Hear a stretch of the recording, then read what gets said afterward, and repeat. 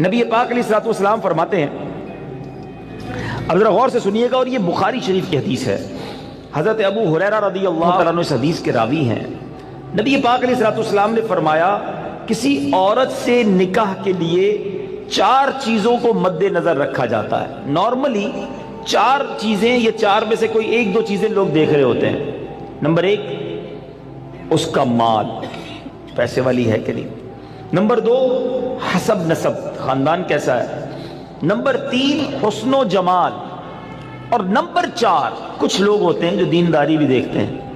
آقا فرماتے ہیں، تمہاری ناک خاک آلود ہو یا تمہارا ہاتھ خاک آلود ہو، تم دیندار عورت کے حصول کی کوشش کرو۔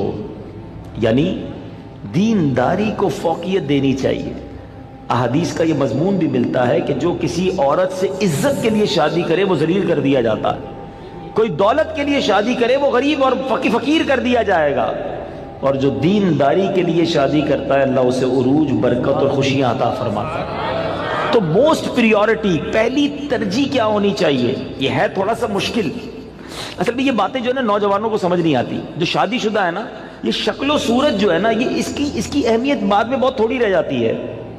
آج نوجوان اور لڑکے لڑکیاں ایک امیجنیشن میں ضرور ہوتے ہیں کہ چہرہ کیسا ہو، خوبصورتی کیسی ہو، لیکن شادی کے کچھ عرصے کے بعد چہرے کی وہ اہمیت نہیں ہوتی جو اخلاق کی ہوتی ہے، جو کردار کی ہوتی ہے۔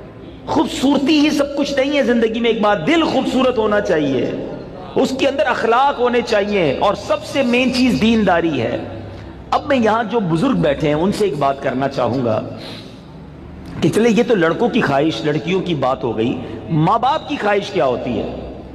فیملی ممبر سے پوچھیں، کسی بزرگ سے پوچھیں، بھائی آپ کو اپنے بیٹے کی شادی کرنی ہے، بہو کیسی چاہیے؟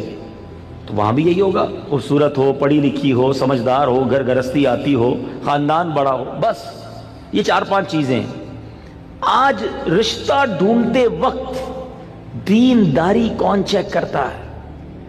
آپ نے کبھی یہ سوچا؟ اب میں ایک بڑی عجیب بات کرنے جا رہا ہوں، علماء نے کتابوں میں یہ بات لکھی ہے کہ علماء فرماتے ہیں کہ اس نوجوان پر اپنی ہونے والی اولاد کا حق ہے جس کی ابھی شادی نہیں ہوئی۔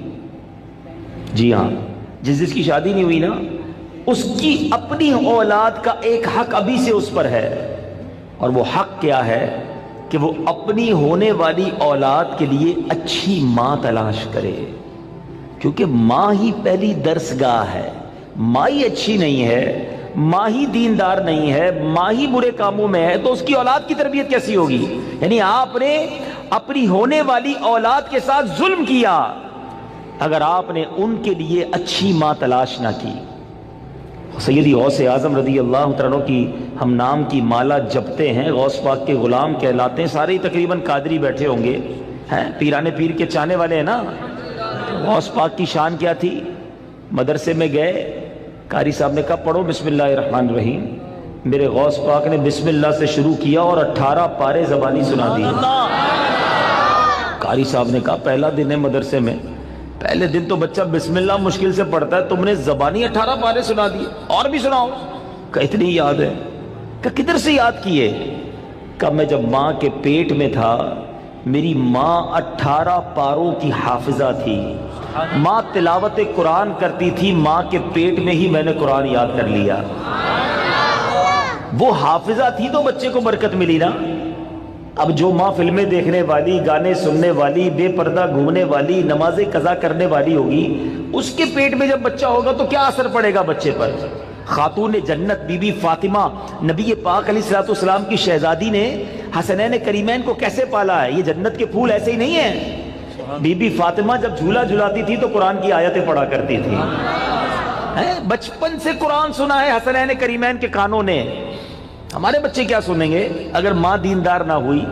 صرف خوبصورتی، صرف پیسہ، صرف جہیز۔ نہ کریں ایسا، وہ بچے بھی نہ کریں ایسا، اور ان کے ماں باپ بھی نہ کریں ایسا۔ سب سے پہلی چیز رشتہ کرنے سے پہلے جو دیکھنی ہے وہ اس کا عقیدہ دیکھو، اس کے ایمان کیسا ہے۔ بہت زبردست خوبصورت بھی ہے، پیسہ بھی ہے، جہیز بھی لائے گی، مگر اللہ رسول کے بارے میں عقیدہ اچھا نہیں ہے، اولیاء کے بارے میں کچھ اور سوچتی ہے، غوث پاک کی 11ویں منانے کو شرک سمجھتی ہے، اگر ایسی عورت ہے جو میلاد منانے کو جناب بدعت سمجھتی ہے، اگر ایسی عورت تمہارے گھر میں آ گئی جو صحابہ کرام یا اہل بیت اطہار کے بارے میں برے خیالات رکھتی ہے، بتاؤ نا کس کام کا اس کا پیسہ، کس کام کی اس کی خوبصورتی جو میرے پورے گھر کے عقیدے کو برباد کر کے رکھ دے۔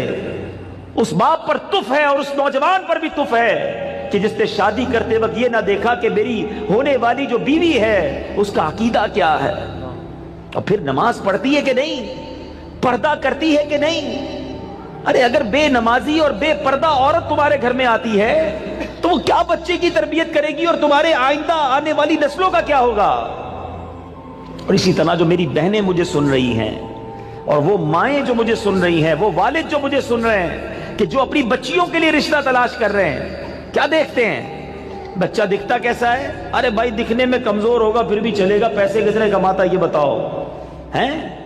خاندان کیسا ہے؟ اچھا پھر ہم 2-3 برائیاں چیک کرتے ہیں، یہ بھی بڑا عجیب معاملہ ہے۔ کیا چیک کرتے ہیں؟ شراب تو نہیں پیتا، جوا تو نہیں کھیلتا، نشہ تو نہیں کرتا، بس یہ 2-3 برائیاں ہی چیک کرنی ہے۔ یقیناً شراب پینا حرام ہے، جوا کھیلنا حرام ہے، نشہ کرنا اچھا نہیں ہے، لیکن نماز نہ پڑھنا کوئی گناہ نہیں ہے، سب سے بڑا گناہ ہے۔ اچھا پھر یہ تینوں چیزیں پتہ کیوں چیک کرتے ہیں ہم؟ اپنے دل سے پوچھو، گناہ ہے اس لیے یا لوگوں کو برا لگتا ہے اس لیے؟ خاندان کا نام خراب ہو جائے گا نا، کسی نشئی کو داماد بنا لیا، کسی شرابی کو داماد بنا لیا، اپنی بیٹی کسی جواری کے ہاتھ میں دے دی، لوگ کیا کہیں گے؟ اس لیے اللہ ناراض ہوگا اس کی فکر نہیں۔ اگر اس کی فکر ہوتی تو پہلے یہ چیک کرتے اس کا عقیدہ کیا ہے۔ ایسا بھی ہوا ہے، ہم نے دیکھا ہے کہ اپنے باپ نے اپنی بیٹی کو پردہ کرایا ساری زندگی، اولیاء کرام صحابہ کی محبت گھر میں تھی، اور ایسی جگہ بیٹی بیاہ دی کہ شادی ہونے کے بعد سسرال والوں نے کہا کہ پردہ ختم کرو، ہمیں پردہ اچھا نہیں لگتا، اور خبردار آئندہ اولیاء کرام کا نام لیا۔ اب باپ سر پکڑ کے روتا ہے، پتہ نہیں اپنی بیٹی کدھر دے دی۔ اب خیال آیا تمہیں، پہلے نہیں سوچنا تھا؟ رشتے میں سب سے پہلے عقیدہ ہے، مگر جو کسی کا آقا ہو اس کی تربیت ایسی کی جا رہی ہے تو مجھے بتائیے آج کا ملازم ہمارا غلام تو نہیں ہے نا؟ آج تو ہم نے اس سے ایک وقت کا اجارہ کیا ہے کہ جناب آپ 8 گھنٹے کے لیے میرے پاس آئیں گے اور پرٹیکولرلی یہ کام کریں گے، جو کام دیا میں اس سے وہ کام لے سکتا ہوں، نہ میرا وہ زر خرید غلام ہے، شام کو جا کر وہ کچھ بھی کرے اس کا میرا کوئی کانٹریکٹ ہی نہیں ہے۔ مگر اس کے باوجود جو آج ملازمین کے ساتھ سلوک کیا جاتا ہے، غلام کے ساتھ اچھا سلوک کرنے کا اسلام درس دیتا ہے، تو ملازمین کے ساتھ تو اس سے بڑھ کر اچھا سلوک کرنا ہوگا نا، کیونکہ وہ تو غلام بھی نہیں ہے۔ مگر آج غریب ملازمین کے ساتھ جس طرح بعض لوگ بیہیو کرتے ہیں، میں ایسا نہیں کہتا کہ سارے لوگ کرتے ہیں، ماشاءاللہ کچھ ہم نے دیکھا، چاہے وہ فیکٹری اونرز ہوں یا مالکان ہوں کاروبار کے، وہ بچوں جیسا سلوک کرتے ہیں، اور کرنا بھی یہی چاہیے۔ وہ غریب ہے تو اس کا مطلب یہ نہیں کہ اس کے پاس دل نہیں ہے، اور اسلام ہمیں حقوق بیان کرتا ہے اور ہمارے صحابہ نے اس کو کس طرح امپلیمنٹ کیا۔ اب یہ ایک بات ذہن میں رکھنی ہے، نبی پاک کی ایک حدیث یاد رکھیے گا، میرے آقا علیہ الصلوۃ والسلام فرماتے ہیں من آذا مسلمن فقط آذانی ومن آذانی فقط آذ اللہ، جس نے کسی مسلمان کو تکلیف دی۔ اب اس میں کہیں بھی ایسا نہیں ہے کہ اپنے برابر کے مسلمان کو تکلیف نہیں دینی ہے۔ میں چیمبر آف کامرس کا ممبر ہوں تو کسی چیمبر آف کامرس کے ممبر کو تکلیف نہیں دینی، میں فیکٹری مالک ہوں تو کسی فیکٹری مالک کو تکلیف نہیں دینی، میں ایک ایلیٹ کلاس یا اچھی کلاس کا رہنے والا ہوں تو اپنی طرح کے لوگوں کو تکلیف نہیں دینی۔ یہ مطلقاً حدیث ہے، من آذا مسلمن، ٹھیلے والے کو بھی تکلیف نہیں دینی جو مسلمان ہے، جو جناب میرا ملازم ہے اسے بھی تکلیف نہیں دینی، جو میری فیکٹری کا دروازہ کھولتا ہے مجھے اسے بھی تکلیف نہیں دینی۔ بلکہ میں آپ کو سچ بات بتاؤں، یہ وہ لوگ ہوتے ہیں کہ جن کے ساتھ اچھا سلوک کر کے ہم اپنے رب کو بہت راضی کر سکتے ہیں۔ اب ایک اور واقعہ سنیے، اور سبحان اللہ یہ واقعہ بھی حضرت بلال حبشی ہی سے ریلیٹ کرتا ہے۔ اب آپ ایک اور بات سمجھیے، حضرت بلال حبشی کا بیک گراؤنڈ کیا تھا؟ حبشہ جو ہے وہ ایتھوپیا کو کہتے ہیں، آج کل وہ ملک ایتھوپیا ہے، ٹھیک ہے نا؟ اٹ مینز وہ افریقن تھے، عرب کے اندر ایک افریقن غلام کے طور پر وہ آئے تھے، اور آپ نے بہت ڈیفیکلٹ لائف اسلام کے لیے گزاری۔ جو آپ کا آقا تھا نا امیہ، میں نے وہی کہا کہ باٹ کر لیتے تھے، خرید لیتے تھے، وہ بہت سخت اسلام دشمن تھا۔ اب امیہ کو جب پتا چلا کہ حضرت بلال مسلمان ہو گئے، اب اس نے حضرت بلال پر مظالم کے پہاڑ توڑ دیے. ابھی حیدرآباد میں ہم لوگ موجود ہیں, گرمی کا سیزن ہے, ہم شاید 10 منٹ بھی باہر گرمی میں کھڑے نہ رہ سکیں اس وقت, لیکن مکے کی گرمی, جن کو جو گئے ہیں مکے مدینے میں, حضرت بلال کو تپتی ریت پر وہ لٹاتا تھا. اجر عطا فرمائے حضرت ابو بکر صدیق رضی اللہ تعالیٰ عنہ کو. دیکھیں حضرت ابو بکر صدیق بھی بزنس مین تھے, یہ میرا ٹاپک نہیں ہے, ورنہ ایک بہت خوبصورت یہ بھی ٹاپک ہے کہ ہمارے صحابہ جو بزنس مین تھے انہوں نے کہاں کہاں پیسے خرچ کیے. میں اور آپ بھی کرتے ہیں, but what a right investment they did on that time. Hazrat Usman غنی کی انویسٹمنٹ دیکھیں, آج بھی حضرت عثمان غنی کا وقف مدینے میں جاری ہے, آپ کے علم میں ہوگا. بہرحال حضرت ابو بکر صدیق گئے اور امیہ سے کہا کہ بلال مجھے بیچ دو. اب امیہ جو تھا نا وہ بڑا شیطان تو تھا ہی, اسلام دشمن تھا. حضرت بلال سے اس کا بغض کی وجہ بھی یہی تھی. تو اس نے مثال کے طور پہ, اس وقت مارکیٹ ریٹ تھا 500 درہم, میں مثال کے طور پہ, اس نے کہا میں 1000 درہم لوں گا. آپ نے کہا ٹھیک ہے. حضرت ابو بکر کہتے ہیں کہ نہیں اب 2000 لوں گا. سودا ڈن ہونے کے بعد کہتا ہے اب 2000 لوں گا. آپ نے کہا اوکے. کہا 3000 لوں گا. آپ نے کہا اوکے. وہ قیمت بڑھاتا گیا, حضرت ابو بکر صدیق اوکے کرتے گئے. اب ایک پرٹیکولر بڑی بگ اماؤنٹ پر حضرت بلال کی ڈیل ہو گئی. امیہ کہتا ہے اے ابو بکر, میں نے تو تمہارے بزنس کے بڑے چرچے سنے تھے, مجھے تو یہ پتا تھا کہ تم جو ہے بڑے جانچ کر بڑی طریقے سے سودا خریدتے ہو, اتنا مہنگا یہ حبشی غلام خرید لیا. حضرت ابو بکر کے تاریخی الفاظ سنے, وہ کہتے ہیں امیہ تمہیں کیا معلوم بلال کی قیمت کیا ہے, تم اس سے زیادہ مانگتے میں اس سے زیادہ تمہیں دیتا. اللہ اکبر. رقم دی حضرت بلال کو لے کر نبی پاک کے پاس. اب ذرا سنیے گا, جب نبی پاک نے حضرت بلال کو دیکھا نا, کہا حضرت ابو بکر کہتے ہیں یا رسول اللہ بلال حاضر ہے, بلال کو آزاد کروا کے لایا ہوں. نبی پاک فرماتے ہیں اے ابو بکر, بلال کو خریدنے میں جتنے پیسے خرچ کیے تھوڑے پیسے میرے بھی اس میں شامل کر لو. اتنا پیار. اور حضرت بلال کے اس بیوٹیفل ڈیل میں حضرت ابو بکر نے کہا حضور میرا سب کچھ آپ ہی کا تو ہے, اگر میں نے کچھ خرچ کیا تو حضور یہ سب آپ کا ہے. اب حضرت بلال کا یہ بیک گراؤنڈ تھا, یاد رکھیے گا. اب مکے میں بڑے بڑے سردار بھی مسلمان ہوئے. آپ سب کو یاد ہونا چاہیے اسلامی تاریخ کا ایک ٹرننگ پوائنٹ تھا, اور وہ ٹرننگ پوائنٹ تھا فتح مکہ. ٹھیک ہے نا, فتح مکہ سے پہلے 10,000 لوگ مسلمان ہوئے. میں تھوڑا سا 1-2 منٹ میں تھوڑا سمرائز کر دوں تاکہ آپ میرے ساتھ اور انوالو بھی ہو جائیں, اور یہ تاریخ پتہ ہونی چاہیے. فتح مکہ ہوتی ہے 10 ہجری میں. 10 ہجری کا مطلب 8 ہجری میں, معاف کیجیے گا, فتح مکہ ہوتی ہے 8 ہجری میں. 8 ہجری کا مطلب ہے کہ نبی پاک علیہ الصلوۃ والسلام نے جو 40 سال کی عمر میں اسٹرگل آف اسلام شروع کی, اس کے 13 سال مکے میں گزارے, 8 سال مدینے میں گزارے. 13 اور 8 کتنے ہو گئے؟ 21 سال. 21 ایئرز میں 10,000 مسلمان ہوئے تھے. سمجھ رہے ہیں بات کو؟ اور اب کانکر ہوتا ہے مکہ. جب مکہ فتح ہوا اور تمام مظالم کرنے والے لوگ موجود تھے, سرداران مکہ موجود تھے, اور ان کو پتا تھا آج ہمارے تکہ بوٹی کر دیے جائیں گے, آج ہمارے سر قلم کر دیے جائیں گے, کیونکہ ہم نے تو اتنا ستایا ان کو, مکہ چھوڑ کے مدینے جانا پڑا.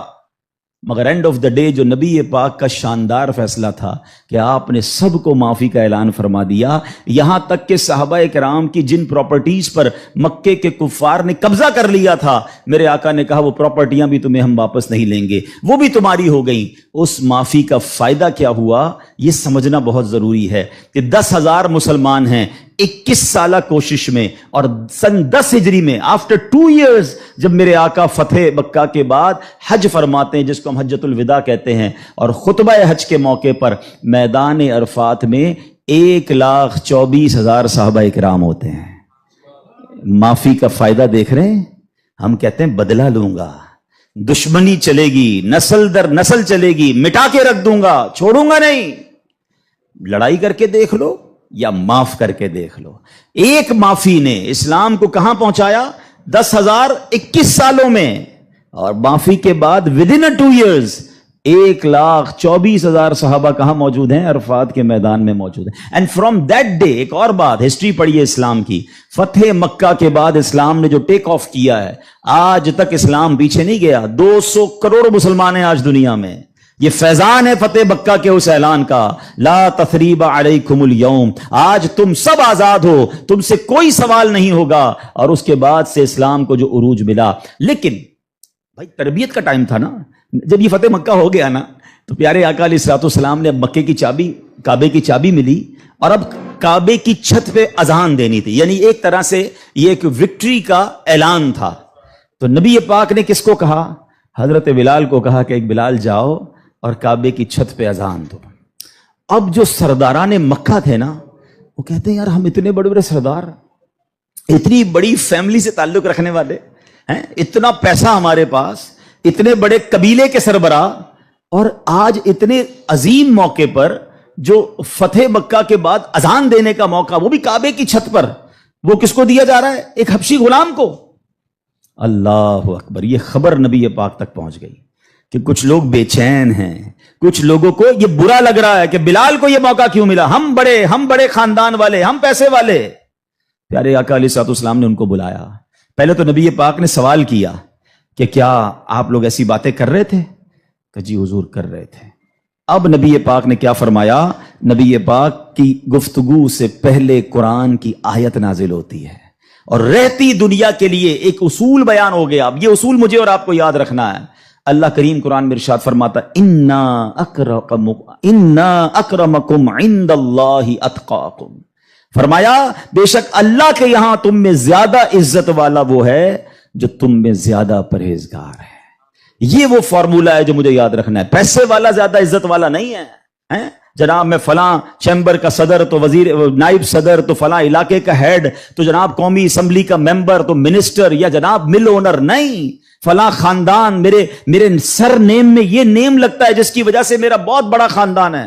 قرآن نے فیصلہ کر دیا ہے ان اکرمکم عند اللہ اتقاکم. اللہ کے نزدیک عزت والا وہ ہے جو زیادہ پرہیزگار ہے. وہ میرا ملازم بھی ہو سکتا ہے, وہ میرا خان سما بھی ہو سکتا ہے, وہ میرا غریب رشتہ دار بھی ہو سکتا ہے, وہ باہر ٹھیلا لگانے والا بھی ہو سکتا ہے. اگر وہ اللہ کی بارگاہ میں پرہیزگار ہے وہ سب سے زیادہ, ہم سب سے زیادہ عزت والا ہے. اور یہی اسلام کا حسن ہے. اچھا مزے کی بات یہ ہے, ایک طرف تو یہ حسن ہم پریکٹیکلی بھی پریکٹس کرتے ہیں. مثال کے طور پہ بعض اوقات آفس میں نماز کا ٹائم ہو گیا اور ہمارے کسی ملازم میں کوئی بادشاہ ہے یا حافظ صاحب ہے یا اچھا تلاوت کرنے والا ہے, ہم اس کو کہتے ہیں حضرت آپ نماز پڑھا دیں. بالکل اچھی بات. یہ تو اعلان ہے نا کہ بھائی آپ سیٹ ہیں, آپ پیچھے ہیں, اور امامت کون کر رہا ہے؟ ایک نارمل سا انسان ہے, لیکن وہ عبادت گزار ہے, اس کو قرآن آتا ہے, مگر صرف نماز کی حد تک. امام صاحب نے نماز پڑھا دی, پھر جا کر اس سے وہی انداز اختیار کرنا ہے جو عام ملازمین سے کرنا ہے. نہیں, یہ فارمولہ ہمیں اسلام سکھا رہا ہے. تو یہاں میرا جو آج ٹاپک ہے کہ سیٹ اور ملازم میں فرق, یہ ہمیں نہیں کرنا ہے. ٹھیک ہے, کاروبار ہے, آپ اس سے کام لیں, آپ اس سے اجرت پر کام لے رہے ہیں, مگر آپ نے اسے خریدا نہیں ہے, اور اگر خرید بھی لیا ہے تو اس کے اوپر زیادتی کی اجازت نہیں ہے. مگر آج چونکہ غریب لوگ ہیں, بیچاروں کو جاب ملتی نہیں, تو جو منہ میں آیا کہہ دیتے ہیں, جس طرح ڈانٹنا ہے ڈانٹ دیتے ہیں, اور بعض اوقات تو گالیاں نکالتے ہیں. مجھے یاد ہے ایک صاحب مجھے ملے اور مجھے جو ہے وہ میں نے پوچھا, ایسے تھوڑا سا کلوز تھے, کہ یار آپ کی سیلری کتنی ہے؟ اب یہ تھوڑی چند سالوں پرانی بات ہے. He is not that much professional, normal سا انسان تھا, منشی ٹائپ کے جیسے ہوتے ہیں نا. تو کہتے 80,000 تنخواہ ہے. میں نے کہا ماشاءاللہ تنخواہ تو اچھی ہے. تو کہتے ہیں 40,000 کام کے ہیں, 40,000 گالیوں کے ہیں. تو میں حیران ہو گیا. کہتا صبح سے شام گالیاں سنتا ہوں. بھی بھائی کیا کروں, غریب آدمی ہوں, پیسے اچھے ملتے ہیں اس لیے چھوڑ نہیں سکتا. اب میں نے سوچا کہ وہ جو مالک ہے, وہ جو سیٹ ہے, وہ قیامت کے دن کیا جواب دے گا؟ کیا پیسے دے کر گالی دینے کی تمہیں اجازت مل گئی ہے؟ کیا ذلیل کرنے کی اجازت مل گئی؟ ایسا نہ کریں پلیز. ہمارا اسلام ہمیں بہت خوبصورت مساوات کا درس دیتا ہے, اور غریب لوگ تو زیادہ ڈیزرو کرتے ہیں انہیں پیار کرنے کا. نبی پاک علیہ الصلوۃ والسلام کو, اب میرے آقا کا انداز دیکھیے گا, صحابہ بھی تو غریب تھے نا. اب صحابہ میں ایک بہت بڑی تعداد تھی جو اصحاب صفہ کے تھے. اصحاب صفہ آپ گئے ہوں گے مدینہ شریف, اللہ بار بار ہم سب کو حاضری عطا فرمائے. وہاں ایک بینچ, ایک چبوترا بنا ہوا ہے. یہ جو اصحاب صفہ تھے نا, یاد رکھیے گا, یہ اپروکسیمیٹلی 70 کے قریب ہوتے تھے. ان کی تعداد پلس مائنس ہوتی تھی. ان میں بہت بڑا نام حضرت ابو ہریرہ رضی اللہ تعالیٰ عنہ کا بھی ہے. یہ صحابہ اتنے غریب تھے کہ ان کے پاس گھر نہیں ہوتا تھا, ان کے پاس پہننے کے لیے پورے کپڑے بھی نہیں ہوتے تھے. ایک لباس, ایک چادر پہن کے بعض اوقات بیٹھے ہوتے, مگر شوق کیا تھا کہ علم دین سیکھنا ہے, نبی پاک علیہ الصلوۃ والسلام سے تربیت لینی ہے. تو کھانا بھی پیارے آقا انہیں بھجوا دیتے, اور نبی پاک ان کے ساتھ رہتے تھے. اب ذرا یاد رکھیے گا, صحابہ کرام کچھ تھے جو مزدوری کا کام کرتے تھے. ہمارے ساتھ بھی کبھی کبھی ہوتا ہے کہ یار کوئی محنت مزدوری والا آئے تو اس کے کپڑوں سے اسمیل آتی ہے, کپڑے پرانے ہوتے ہیں, بدبو آ رہی ہوتی ہے, ہم اس سے دور ہو جاتے ہیں.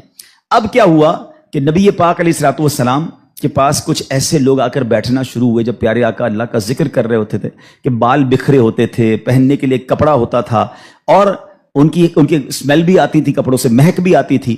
تو نبی پاک علیہ الصلوۃ والسلام نے فرمایا الحمدللہ الذی جعل فی امتی من امری ان اصبر نفسی معہم. سب تعریف اللہ پاک کے لیے ہیں جس نے میری امت میں ایسے لوگ پیدا فرمائے جن کے ساتھ اپنی جان مانوس رکھنے کا مجھے حکم دیا گیا ہے. اور یہ حکم اللہ نے قرآن مجید فرقان حمید میں دیا، وَاصْبِرْ نَفْسَكَ مَعَ الَّذِينَ يَدْعُونَ رَبَّهُمْ بِالْغَدَاةِ وَالْعَشِيِّ يُرِيدُونَ وَجْهَهُ. اور اپنی جان کو ان لوگوں کے ساتھ مانوس رکھ جو صبح و شام اپنے رب کو پکارتے ہیں، اس کی رضا چاہتے ہیں. غریب ہیں مگر نیک ہیں، اللہ کی رضا چاہتے ہیں، ذکر الہی کرتے ہیں. آقا فرماتے نبی پاک ان مزدوروں کے ساتھ بیٹھ جایا کرتے تھے. اور آج بعض اوقات ہم اپنے ساتھ ایسے لوگوں کو بٹھانا پسند نہیں کرتے، بہت معذرت کے ساتھ. یہ تکبر کی نشانی ہے. تکبر کہتے ہی تو اسی کو ہے نا کہ اپنے سے کسی کو ذلیل سمجھنا. اور try to understand the severity of proud. یہ جو تکبر ہے نا، یہ اتنا خطرناک گناہ ہے کہ سب سے پہلے تو یہ سمجھیے کہ کائنات میں سب سے پہلا گناہ کیا ہوا تھا؟ تکبر ہوا تھا اور حسد ہوا تھا. یہ اتنے پرانے گناہ شیطان نے کیا تھا. شیطان کوئی پہلے سے ہی اللہ کا نافرمان نہیں تھا. 40,000 سال اس نے عبادت کی، جنت کا خزانچی تھا، فرشتوں کا استاد تھا، معلم الملکوت تھا. once in a lifetime he did proud. ایک بار تکبر کیا، حضرت آدم کو سجدہ کرنے سے انکار کیا نا. جملہ کیا تھا اس کا؟ قرآن میں موجود ہے نا، انا خیر من، اے اللہ میں اس سے بہتر ہوں. خلقتنی من نار وخلقتہ من طین، تو نے مجھے آگ سے بنایا اور اس کو مٹی سے بنایا، میں تو اس سے بہتر ہوں. Actually this is the definition of تکبر. یہی تعریف